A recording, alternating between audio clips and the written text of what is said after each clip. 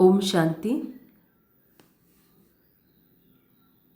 हम हर रोज़ सुबह यूट्यूब पर अमृत वेला 4 बजे लाइव करते हैं, जिसमें कम से कम कमेंट्री में बिना किसी म्यूज़िक के पावरफुल ज्वालामुखी स्वरूप पे स्थित रहने का अभ्यास करते हैं। तो सभी को हार्दिक आमंत्रण है, ज्वाइन करिएगा ज़रूर। साथ साथ इस वीडियो को लाइक करके अन्य आत्माओं तक पहुंचने का सहयोग ज़रूर करें।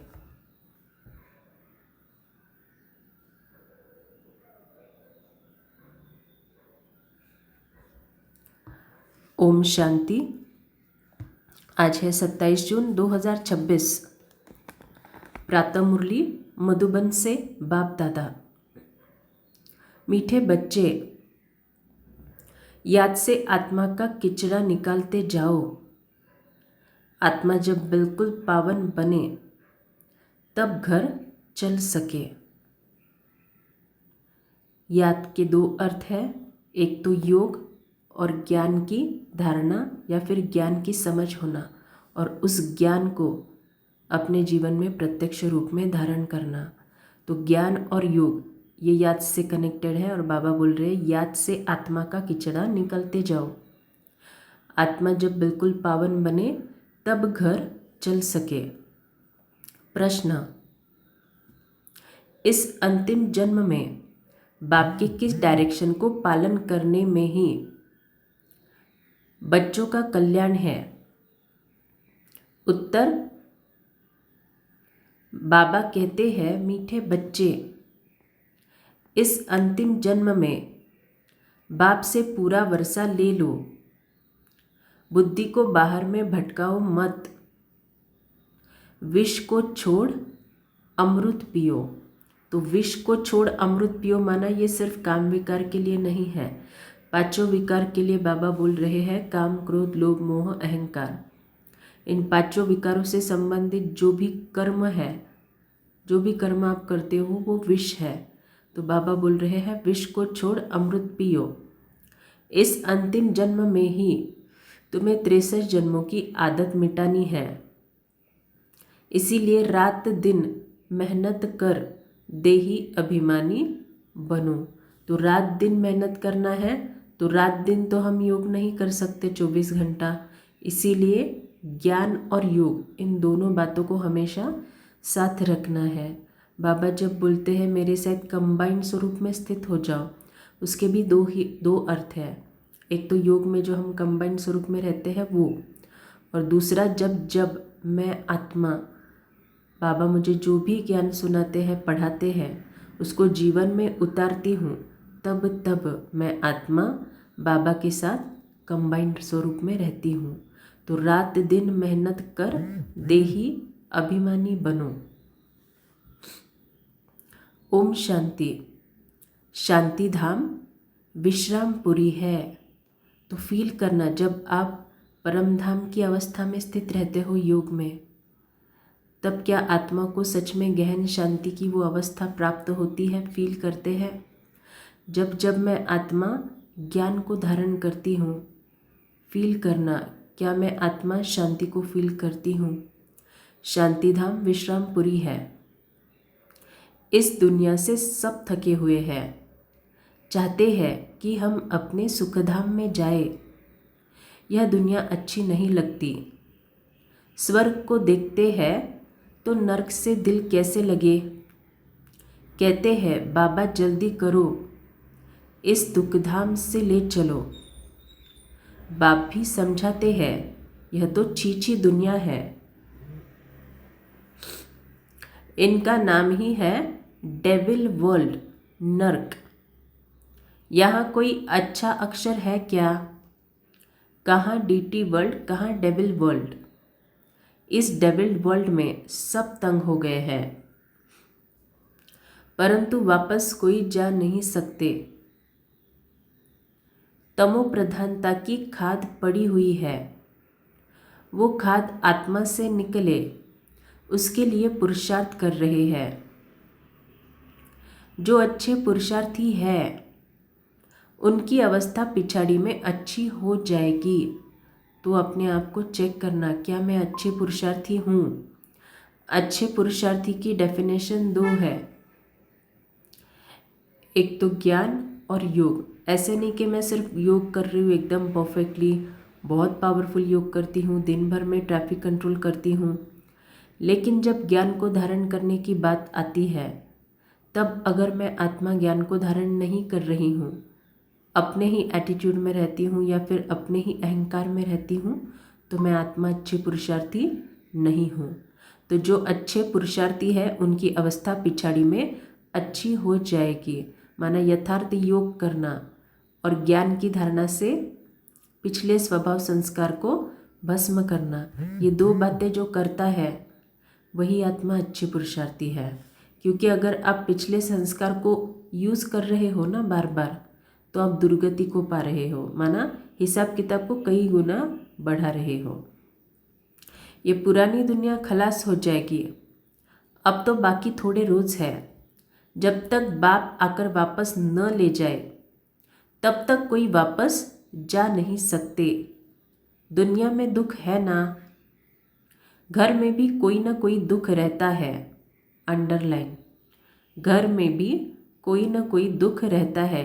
बाबा किससे बात कर रहे हैं? हम बच्चों से। तो ये बात किसे बोल रहे हैं बाबा? हमें बोल रहे हैं। इसी का मतलब क्या? हर एक ब्राह्मण आत्मा के घर में कोई ना कोई दुख है ही है। तुम बच्चों की दिल में है, बाबा अब हमें दुखों से छुड़ाने आए हैं। जो अच्छे निश्चय बुद्धि है वो बाप की याद को कभी भूलते नहीं। तो निश्चय बुद्धि माना क्या? ये नहीं कि मैंने इतना योग किया, इतना दान किया, इतना सेवा किया तो मुझे जो चाहिए, मुझे जैसे लगता है बाबा ने वही करना चाहिए। अगर बाबा वो नहीं करेंगे तो मैं बाबा को मानूंगी ही नहीं। ये निश्चय बुद्धि नहीं है। निश्चय बुद्धि का मतलब क्या है? मैंने बाबा को प्रॉब्लम बताया, जो भी मेरे लाइफ में दुख है वो बताया। और समर्पित बुद्धि, समर्पित बुद्धि माना इतना निश्चय होना चाहिए मुझे कि मेरे लाइफ में जो भी अब होगा वो कल्याणकारी से कल्याणकारी ही होगा। क्योंकि मैंने प्रॉब्लम किसके हाथ में सौंपा है? भगवान के हाथ में। और बाबा जब भी न्याय करेंगे तो ऐसे नहीं कि हम बाबा के बच्चे तो सिर्फ हमारा ही अच्छा अच्छा करेंगे, नहीं। हमारे लाइफ में जो भी दुख अभी है उसके बीज हमने कहीं ना कहीं पिछले जन्मों में गाड़ कर आए हैं, तो उसका फल भी तो आएगा ना। तो सामने वाले के साथ, जिसके साथ मैंने अन्याय किया है, उसके साथ भी न्याय होना चाहिए। अगर बाबा उसको छोड़ के सिर्फ हमारा ही सोचेंगे तो उसको भगवान कौन कहेगा और उसको प्योर कौन कहेगा? इसीलिए जो भी होता है लाइफ में, चाहे आपको अच्छा लगे ना लगे, हर एक सीन में कल्याण है। तो बाबा हमें दुखों से छुड़ाने आए हैं। जो अच्छे निश्चय बुद्धि है, माना इतना निश्चय कि जो भी होगा मेरे कल्याण के लिए, वो बाप की याद को कभी भूलते नहीं। उनको कहा ही जाता है सर्व का दुख हरता, बच्चे ही पहचानते हैं। अगर सब पहचान ले तो फिर इतने सब मनुष्य कहाँ आकर बैठे, यह हो न सके। तो आपकी जो चाहना रहती है हमारे घर वाले भी ज्ञान में आ जाए, तो जिसका पार्ट नहीं होगा, आप कितना भी उनको मुरली सुनाओ, कितना भी बाबा बाबा उनके सामने करो, वो नहीं आएंगे ज्ञान में। बाबा भी वही बोल रहे हैं, अगर सब पहचान ले तो फिर इतने सब मनुष्य कहाँ आकर बैठे, यह तो हो ना सके। तो फिर सतयुग में जो 9 लाख है ना, आपके हिसाब से अगर बाबा चलेंगे तो बाबा को 9 लाख का 90 करोड़ करना पड़ेगा। ड्रामा में युक्ति भी ऐसी रची हुई है। जो श्रीमत पर चलते हैं, अंडरलाइन, जो श्रीमत पर चलते हैं वही ऊंच पद पा सकते हैं, वो तो ठीक है। तो श्रीमत पर चलना माना क्या? मैंने बैच लगाया, मैंने सफ़ेद कपड़े पहने, मैंने पवित्रता को धारण किया, मैंने प्याज लहसुन खाना छोड़ दिया, वो तो सब स्थूल धारणाएं हैं, स्थूल श्रीमत है। सूक्ष्म श्रीमत, सूक्ष्म धारणाएं। सूक्ष्म धारणाएं माना पूरे मुरली में, हर रोज़ की मुरली में बाबा कोई ना कोई कर्मेंद्रिय के लिए कोई ना कोई धारणा देते हैं। जैसे कि आँखों के लिए बोलते हैं बाबा सी नो इविल, तो वो भी एक धारणा ही है, वो भी एक श्रीमत ही है। तो जो श्रीमत पर चलते हैं वही ऊंच पद पा सकते हैं, वो ठीक है। सजाए खाकर भी शांति धाम अथवा पावन दुनिया में चलेंगे, परंतु ऊंच पद पाने के लिए तो पुरुषार्थ करना पड़े ना। माना अब बाबा के साथ योग लगा रहे हो, लेकिन बाबा जो सूक्ष्म धारणाएं बता रहे हैं उसको फॉलो ही नहीं कर रहे, उसको जीवन में उतार ही नहीं रहे हो, तो अंतिम समय में क्या होगा?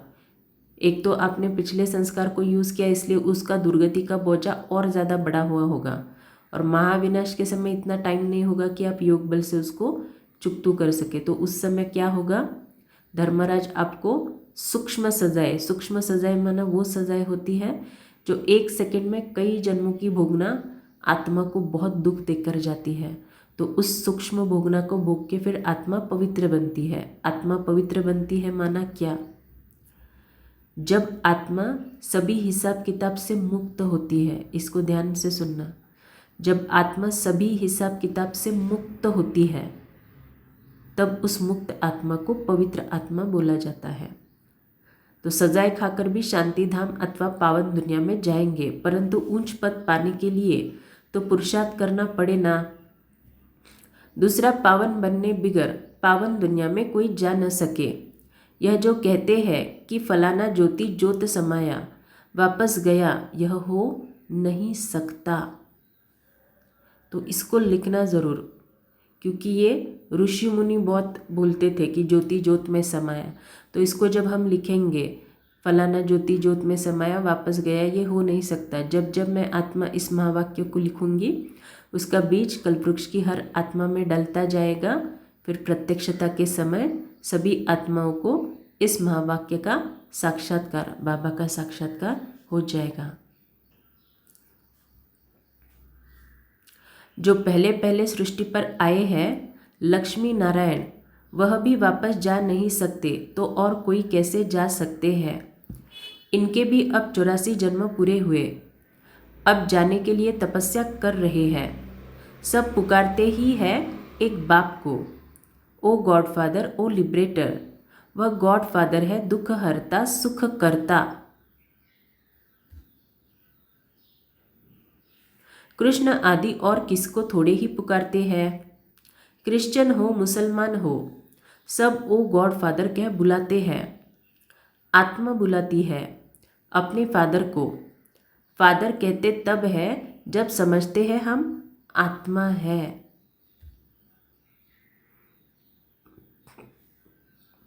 आत्मा भी कोई चीज़ है ना।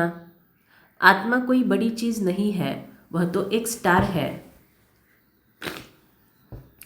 अति सूक्ष्म है। जैसे बाबा है वैसे ही आत्मा का स्वरूप है।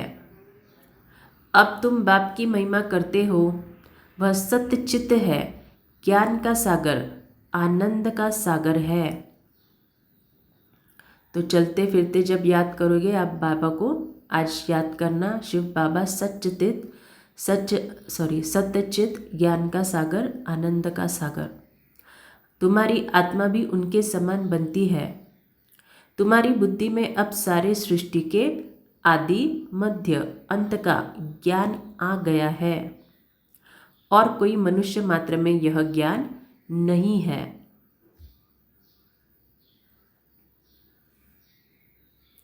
सारा भारत सारी विलायत ढूंढ लो, कोई को भी पता नहीं। आत्मा 84 जन्मों का पार्ट बजाती है। 84 लाख तो इम्पॉसिबल है। 84 लाख जन्मों को तो कोई वर्णन ही नहीं कर सके।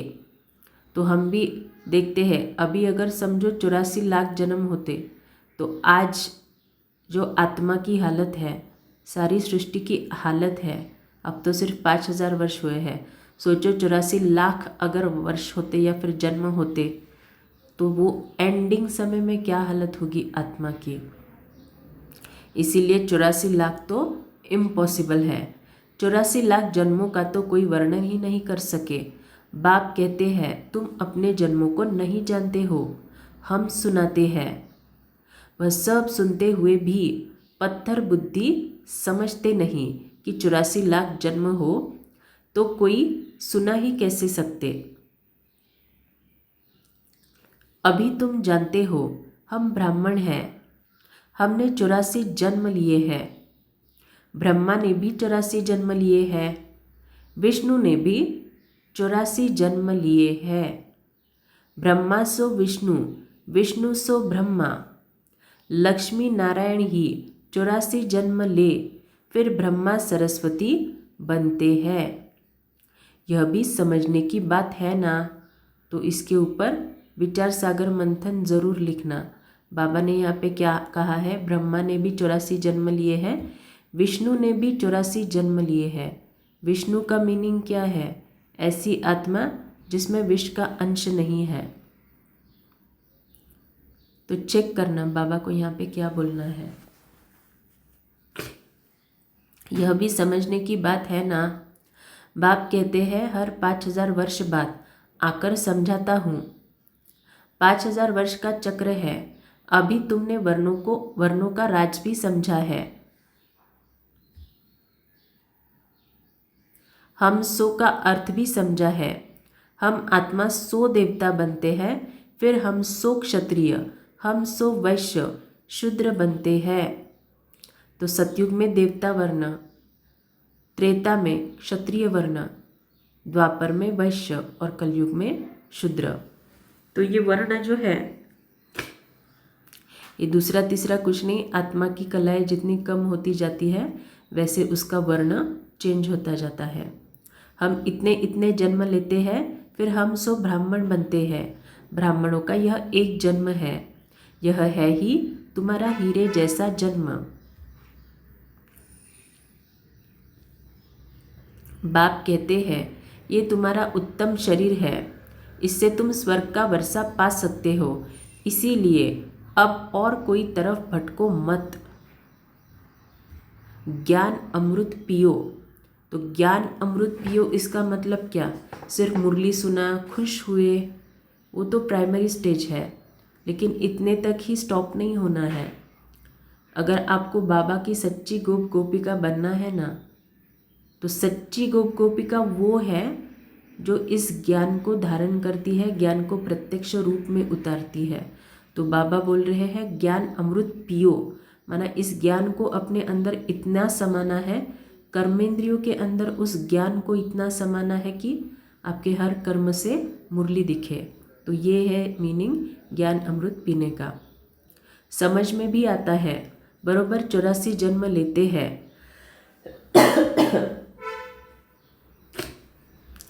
तुम पहले सतयुग में सतो प्रधान थे, फिर सतो बने, माना आत्मा की थोड़ी सी बैटरी कम हो गई, फिर चांदी की खाद पड़ी। एकदम पूरा हिसाब बताते हैं। अब गवर्नमेंट भी कहती है सोने में खाद मिलाओ, 14 कैरेट सोना पहनो, सोने में खाद डालना। यह भारतवासी अब सुगन समझते हैं। शादी कराते हैं तो एकदम सच्चा सोना पहनते हैं। सोने पर भी भारतवासियों का बहुत प्यार है। क्यों? भारत की बात मत पूछो। सतयुग में तो सोने के महल थे, सोने की ईंटें थी। जैसे यहाँ ईंटों की ढेर लगी रहती है, वहाँ सोने चांदी की ढेरी रहती है। माया मच्छंदर का खेल दिखाते हैं। उसने सोने की ईंटें देखी, सोचा ले जाता हूँ। नीचे उतरा तो देखा कुछ भी नहीं है, कुछ न कुछ बात लगती है। बच्चियाँ समझती है अभी हम फिर से स्वर्ग में जाते हैं। फिर अगर पति आदि तंग करते हैं तो बेचारी अंदर में रोती है, कब हम सुखधाम में जाएंगे बाबा, अब जल्दी करो। बाप कहते हैं, सुनना ध्यान से, बाप कहते हैं बच्चे जल्दी कैसे करूँ, पहले तुम योग बल से अपना किचड़ा तो निकालो। तो ये जो आप बाबा को बार बार बताते हो, लेटर लिखते हो, युगल परेशान करते हैं, बाबा मदद करो। तो युगल क्यों परेशान करते हैं? 63 जन्मों में आपने सिर्फ उस युगल को काम विकार के लिए तंग नहीं किया। इस बात को समझना, 63 जन्मों में 63 लोगों से शादियाँ की है आपने। उन 63 आत्माओं को काम विकार के लिए तंग किया है आपने। तो वो हिसाब कोई एक आत्मा निमित्त बनेगी चुकतू करने के लिए, इसीलिए वो आत्मा आपको तंग करेगी ही। लेकिन इसका मतलब ये नहीं कि आप उस आत्मा को दोष दो कि उसमें विकार है ना, इसलिए मैं ये ज्ञान में आगे नहीं जा सकती। प्रैक्टिकली ज्ञान को समझो। और उस हिसाब किताब को चुकतू करने के लिए बाबा क्या कह रहे हैं, पहले तुम योग बल से अपना किचड़ा तो निकालो, तो चेक करना क्या मैं उस परम धाम के कंबाइंड स्वरूप में स्थित रह के पवित्रता के बल से आत्मा का किचड़ा हर रोज़ निकालती हूँ, या फिर दिन भर में अपने युगल के नाम से कोस कोस के अपने दुर्गति को और ज़्यादा बढ़ाती हूँ। चेक करना। कुछ बातों को क्लियरली बोलना ज़रूरी होता है, क्योंकि जब तक क्लैरिटी नहीं मिलती ना, तब तक आप खुद पे काम नहीं कर सकते। योग की यात्रा पर रहो। बाप धीरज देते हैं, पुकारते भी हो, हे पतित पावन आओ, गाते भी है, सर्व का सद्गति दाता एक, यहाँ की ही बात है। अकासुर बकासुर यह सब बातें इस समय संगम की ही है। अकासुर बकासुर यह सब बातें इस संगम समय की ही है। अकासुर माना वो आत्मा जो सबके लाइफ में अख बोती रहती है। अख बोती रहती है माना कांटे बोती रहती है। और बकासुर माना वो आत्मा जो अन्य आत्माओं के प्रति गॉसिप करके बक बक करके खुद के दुर्गति को पाती है। तो अकासुर बकासुर ये सब बातें इस संगम समय की ही है। यह है ही आसुरी दुनिया। तो चेक करना, क्या मैं आत्मा अकासुर बकासुर का पार्ट प्ले कर रही हूँ? यह है ही आसुरी दुनिया। तो बाप समझाते हैं, मैं कल्प कल्प संगम पर आता हूँ, जब सारा झाड़ जर्जरीभूत अवस्था को पाता है। तुम जानते हो सतयुग में हर चीज़ सतोप्रधान होती है। यहाँ इतने पंछी जानवर आदि है, ये सब इतने वहाँ नहीं होंगे। माना इसमें से कोई कोई पंछी या कोई प्राणी जानवर ऐसे हैं जिन्होंने शायद जन्म जो है वो द्वापर युग से लिया होगा, या फिर कलयुग में उनका उदय हुआ होगा। जैसे हमने कोरोना का देखा, कोरोना 2020 में आया तो उससे पहले कोरोना का कहीं पे नामो निशान नहीं था, तो 2020 में उसका जन्म हुआ। वैसे ही अन्य कोई भी प्राणी या फिर जानवर पंछी कोई कोई ऐसे हैं जो द्वापर युग से पहले नहीं हुए थे, अचानक उनका उदय हुआ। बड़े आदमियों के पास अच्छी सफाई रहती है, उन्हों को रहने का स्थान फर्नीचर आदि बहुत अच्छा होता है। तुम भी इतने ऊंचे देवताएं बनते हो, वहाँ ऐसी कोई छीछी चीज़ रह न सके। यहाँ तो मच्छर आदि अनेक प्रकार की बीमारियाँ, कितनी गंदगी रहती है। गावड़ों में इतना गंद नहीं रहता, बड़े बड़े शहरों में बहुत गंद रहती है, क्योंकि बहुत मनुष्य हो गए हैं, रहने की जगह नहीं है। तुम सारे विश्व के मालिक बनते हो। मनुष्य गाते हैं, घट में ही ब्रह्मा, घट में ही विष्णु, घट में ही 9 लाख तारे। ब्रह्मा सो विष्णु बन जाते हैं, विष्णु के साथ सितारे भी है। सतयुग में यह देवता बनते हैं।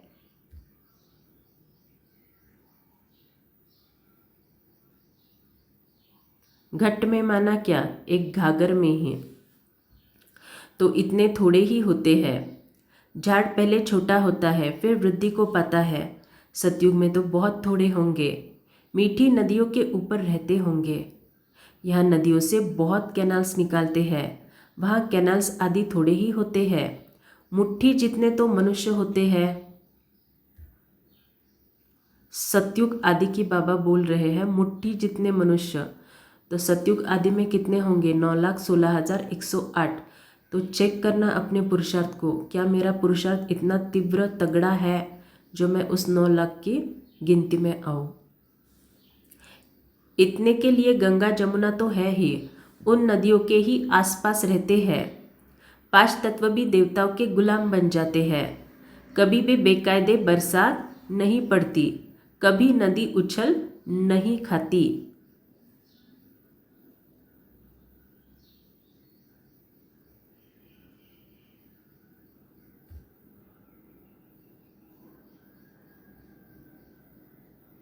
नाम ही है स्वर्ग तो फिर क्या।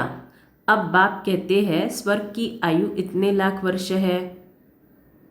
अच्छा भला वह कौन राज्य करते हैं, यह तो बताओ, कितने गपुड़े लगाते रहते हैं। सॉरी, अब कहते हैं, बाप नहीं कहते, अब कहते हैं स्वर्ग की आयु इतने लाख वर्ष है। अच्छा भला वह कौन राज्य करते थे, यह तो बताओ, कितने गपुड़े लगाते रहते हैं। तुम जानते हो हम कल पहले मुआफिक ये पाठ बजा रहे हैं। इस ज्ञान यज्ञ में अनेक प्रकार के असुरों के विघ्न पड़ेंगे। मनुष्य समझते हैं असुर लोग ऊपर से गंध, गोबर आदि डालते थे, परंतु नहीं। तुम देखते हो कितने विघ्न पड़ते हैं। अबलाओं पर अत्याचार होते हैं, तब तो पाप का घड़ा भरेगा। तो ये अबलाओं पर अत्याचार कलयुग के अंतिम समय में हम देख रहे हैं क्या हो रहा है। पाप के घड़े ऑलमोस्ट भर गए हैं।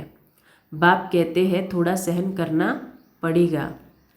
तुम अपने बाप और वर्षे को याद करते रहो।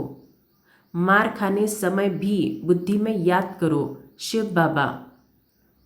तुमको तो बुद्धि में ज्ञान है। किसको फांसी पर चढ़ाते हैं तो पादरी लोग कहते हैं गॉड फादर को याद करो। ऐसे नहीं कहेंगे क्राइस्ट को याद करो। इशारा गॉड के लिए करते हैं। वह इतना लवली है, सब उनको पुकारते हैं। आत्मा ही पुकारती है। अब देही अभिमानी बनने में ही मेहनत है। तो देही अभिमानी बनना माना क्या, मेरे लाइफ में हिसाब किताब आएंगे, परिस्थितियाँ आएंगी, लेकिन उस परिस्थिति और हिसाब किताब का मुझ आत्मा पर शून्य प्रभाव, और उन परिस्थितियों को, उन हिसाब किताब को मैं ज्ञान से, ज्ञान की धारणा से और योग बल से चुकतू कर आगे बढ़ती हूँ। ये है देही अभिमानी बनना। तो अब देही अभिमानी बनने में ही मेहनत है। तो हम देखते भले लोग मुरली सुनते हैं, योग करते हैं, लेकिन हिसाब किताब चुकतू करने की समय आते हैं तो अहंकार को सामने रखते हैं। तो जब अहंकार को आप सामने रखोगे, हिसाब किताब चुकतू नहीं होगे, दुर्गति को पाओगे और आत्मा और ज़्यादा अपवित्र बनेगी। अपवित्रता माना ये नहीं कि सिर्फ काम विकार में गए तो पतित बन गए, वो तो है, लेकिन अपवित्रता का एक और मीनिंग है, आप बाकी के विकारों को यूज़ करके भी, अपने पिछले स्वभाव संस्कार को यूज़ करके भी जो भी कर्म करते हो, उससे आत्मा की खाद बढ़ती जाती है। तो बाबा जो हमेशा हमें बोलते हैं कि पवित्र बन के, संपूर्ण पवित्र बन के आत्मा को परम धाम जाना है। माना जो भी हिसाब किताब है उसको ज्ञान और योग से चुकतू जब करते हैं, और संपूर्ण जब चुकतू होता है तब आत्मा संपूर्ण क्लीन बनती है, संपूर्ण अशरीरी बनती है। और वो वाली अशरीरी आत्मा ही इस देह का स्व इच्छा से त्याग कर इस ब्रिकुटी से निकल बाबा की साथी बन परमधाम चली जाएगी। तो चेक करना क्या मेरा पुरुषार्थ ऐसा है। 63 जन्म तुम देह अभिमान में रहे हो। माना 63 जन्म हमने क्या किया, विकारों के वश गलत कर्म करके हिसाब किताब को बढ़ाया है। अभी इस एक जन्म में वह आधा कल्प की आदत मिटानी है। तो ये जो आदत है हमें हिसाब किताब को जानबूझ के बढ़ाने की, हमारी लाइफ में कुछ प्रॉब्लम होता है, सामने वाले को दोष देना है, उसने ऐसा किया ना इसीलिए मेरे लाइफ में ये प्रॉब्लम है। ये भी हिसाब किताब को बढ़ाना ही है। तो इस एक जन्म में वो आधा कल्प की आदत मिटानी है। तुम जानते हो देही अभिमानी बनने से हम स्वर्ग के मालिक बन जाएंगे। देखो स्वर्ग में तो सभी आएंगे, कुछ लोग सतयुग आदि से आएंगे, कुछ लोग त्रेता से आएंगे तो बाबा के बच्चे स्वर्ग में। लेकिन राजा कौन बनेगा, जो यहाँ पे स्व पे राज्य करेगा। स्व पे राज्य करना माना पिछले स्वभाव संस्कारों को छोड़ के सातों गुणों को यूज़ करके ज्ञान को धारण करना। तो जो देही अभिमानी बनने से हम स्वर्ग के मालिक बन जाएंगे। कितनी ऊंच प्राप्ति है। तो रात दिन इस कोशिश में रहना पड़े। मनुष्य धंधे आदि के लिए भी मेहनत करते हैं। आमदनी में मनुष्य को कभी झुटका या उबासी नहीं आएगी, क्योंकि आमदनी है। पैसे की खुशी रहती है, थकने की बात ही नहीं रहती। बाबा भी अनुभवी है ना। रात को स्टीमर्स आते थे तो आकर माल खरीद करते थे। स्टीमर्स माना वो जो बड़े बड़े बोट होते हैं ना, जहाज, उनको स्टीमर्स बोलते हैं। तो बाबा, ब्रह्मा बाबा उनके व्यापार के टाइम की बात बता रहे हैं। जब तक ग्राहक की जेब खाली न करे तब तक उनको छोड़े नहीं। बाबा ने रथ भी पूरा अनुभवी लिया है, इसने सब अनुभव किया है। गावड़े का छोरा भी था, 10 आने मण अनाज बेचता था। अभी तो देखो विश्व का मालिक बनते हैं। एकदम गावड़े का था, फिर चढ़ गया तो एकदम जवाहरात के धंधे में लग गया। बस जवाहरात की बात, यह फिर है सच्चे जवाहरात। कौन से? ज्ञान का हर महावाक्य सच्चा हीरा। यह होता है रॉयल व्यापार। बाबा बहुत अनुभवी है। बाबा वॉइसराय आदि के घर में ऐसे जाते थे जैसे अपना घर। इनको फिर कहा जाता है अविनाशी ज्ञान रत्न। जितना यह बुद्धि में धारण करेंगे,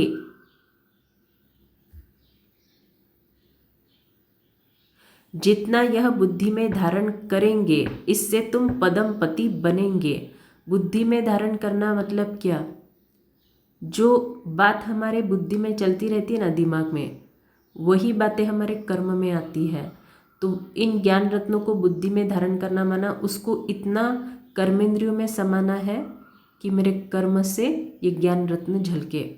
तो जितना ये बुद्धि में धारण करेंगे, इससे तुम पदमपति बन जाएंगे। तो हम लक्ष्मी नारायण के फोटो में जो देखते हैं, इतना रत्नों से सजे हुए हैं। देखना मुरली क्लास के बाद लक्ष्मी नारायण का फोटो, कितने जेवर है, कितने जेवर। उनके मुकुट को देखना, हर एक जेवर को देखना, बहुत ब्यूटीफुल। ये जेवर क्या है? दूसरा तीसरा कुछ नहीं। मम्मा और बाबा ने उनके पूरे पुरुषार्थी जीवन में एक एक ज्ञान रत्न को अपने कर्मेंद्रियों में इस तरह से समाया, उनके हर कर्म से मुरली दिखती थी। उसी का वो एवजा है, वहाँ पे उनको इतने हीरे जेवरातों से या फिर उतने जेवरों से सजाया गया है। ऐसे ही नहीं वो जेवर मिले उन्हें। शिव बाबा को कहा जाता है सौदागर, रत्नागर। उनकी महिमा भी गाते हैं, फिर कह देते हैं सर्वव्यापी।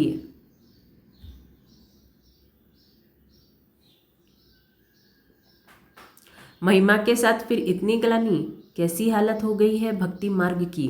बाप कहते हैं जब भक्ति पूरी होती है तब भक्तों का रक्षक बाप आते हैं। बहुत भक्ति कौन करते हैं यह भी सिद्ध हो जाता है। सबसे जास्ती भक्ति तुम करते हो, वही यहाँ आकर पहले पहले ब्राह्मण बनते हैं और बाप से वर्षा लेते हैं फिर से पूज्य बनने का। रावण ने पुजारी बनाया है, बाप पूज्य बनाते हैं। ये है शिव भगवान वाच। भगवान एक है, 2-3 भगवान नहीं होते। गीता भगवान की गाई हुई है। तो भगवान ने क्या गाया है? मुरली। तो ये मुरली क्या है? गीता। शिव भगवान वाच के बदले श्री कृष्ण का नाम डाल दिया है, तो कितना फर्क हो गया। ड्रामा अनुसार फिर भी गीता का नाम ऐसे बदलना ही है। फिर बुलाते हैं हे पतित पावन आओ। बाप पावन बनाते हैं, रावण पतित बनाते हैं। तो समझने की कितनी बुद्धि चाहिए। श्रीमत, श्रेष्ठ ते श्रेष्ठ मत है ही एक बाप की। यह लक्ष्मी नारायण स्वर्ग के मालिक बाप की मत से ही बने हैं। तो बाप की मत से बने हैं माना क्या? ज्ञान को उन्होंने अपने जीवन में प्रत्यक्ष रीति से उतारा। एक एक सेकंड उनके हर एक कर्म से बस मुरली ही मुरली झलकती थी। तो ये लक्ष्मी नारायण स्वर्ग के मालिक बाप की मत से ही बने।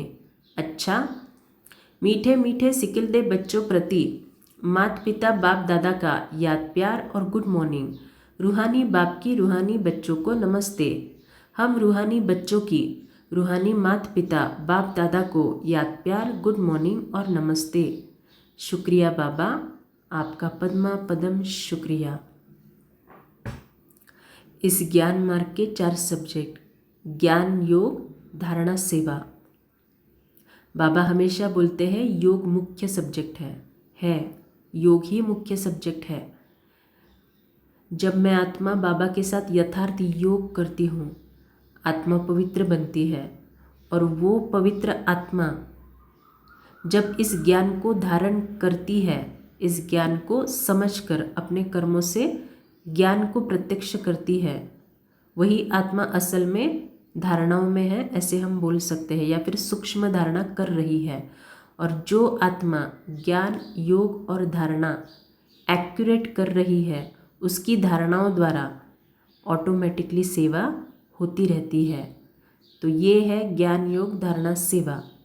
तो बाकी अन्य जो सेवा है, कर्मणा सेवा और धन की सेवा, वो भी करना है। ऐसे नहीं कि वो उसको कुछ कम नहीं समझना है, क्योंकि जब तक कर्मणा सेवा नहीं करेंगे तब तक हमें सेंटर में या मधुबन में अगर जाएंगे तो वहाँ पे हमारी व्यवस्थाएं कौन करेगा।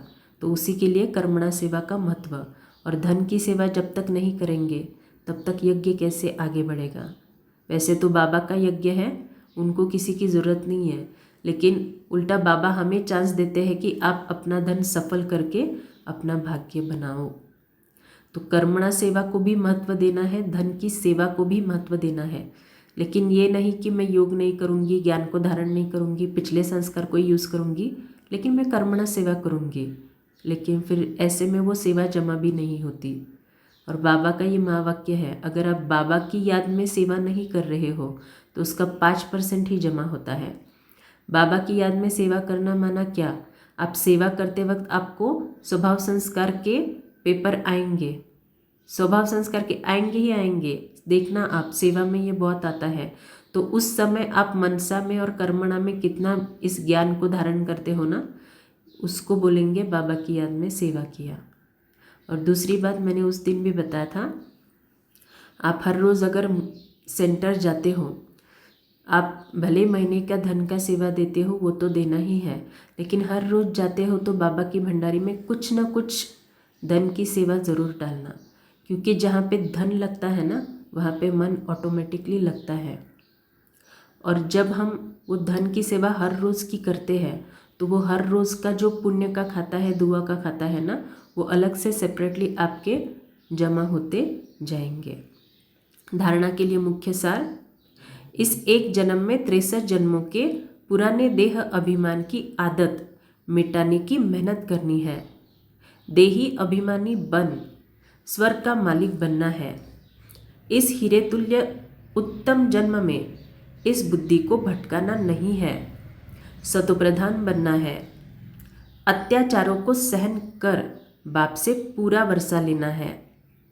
वरदान, साकार बाप समान अपने हर कर्म को यादगार बनाने वाले आधार मूर्त और उद्धार मूर्त भव। जैसे साकार बाप ने अपना हर कर्म यादगार बनाया, ऐसे आप सभी का हर कर्म यादगार तब बनेगा जब स्वयं को आधार मूर्त और उद्धार मूर्त समझकर चलेंगे। तो जब जब मैं आत्मा यथार्थ योग और यथार्थ ज्ञान की धारणा करती हूँ, तब तब मुझ आत्मा से गति सद्गति के वाइब्रेशन संपूर्ण कल्पवृक्ष को मिलते रहते हैं, और उस समय मैं आत्मा संपूर्ण कल्पवृक्ष के लिए आधार मूर्त उद्धार मूर्त का पार्ट प्ले करती हूँ। तो सभी का हर कर्म यादगार तब बनेगा जब स्वयं को आधार मूर्त और उद्धार मूर्त समझकर चलेंगे। जो अपने को विश्व परिवर्तन के आधार मूर्त समझते हैं, उनका हर कर्म ऊंचा होता है, और वृत्ति दृष्टि में जब सर्व के कल्याण की भावना रहती है तो हर कर्म श्रेष्ठ हो जाता है। ऐसे श्रेष्ठ कर्म ही यादगार बनते हैं। स्लोगन, सत्यता की शक्ति को धारण करने के लिए सहनशील बनो।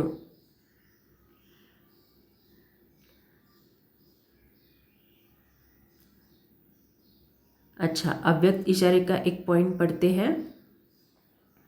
आपके यादगार जो देवताओं के चित्र बनाते हैं, उनकी सूरत में सरलता जरूर दिखाते हैं।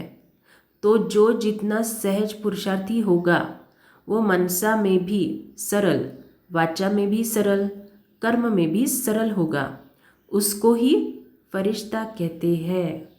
अच्छा, ओम शांति।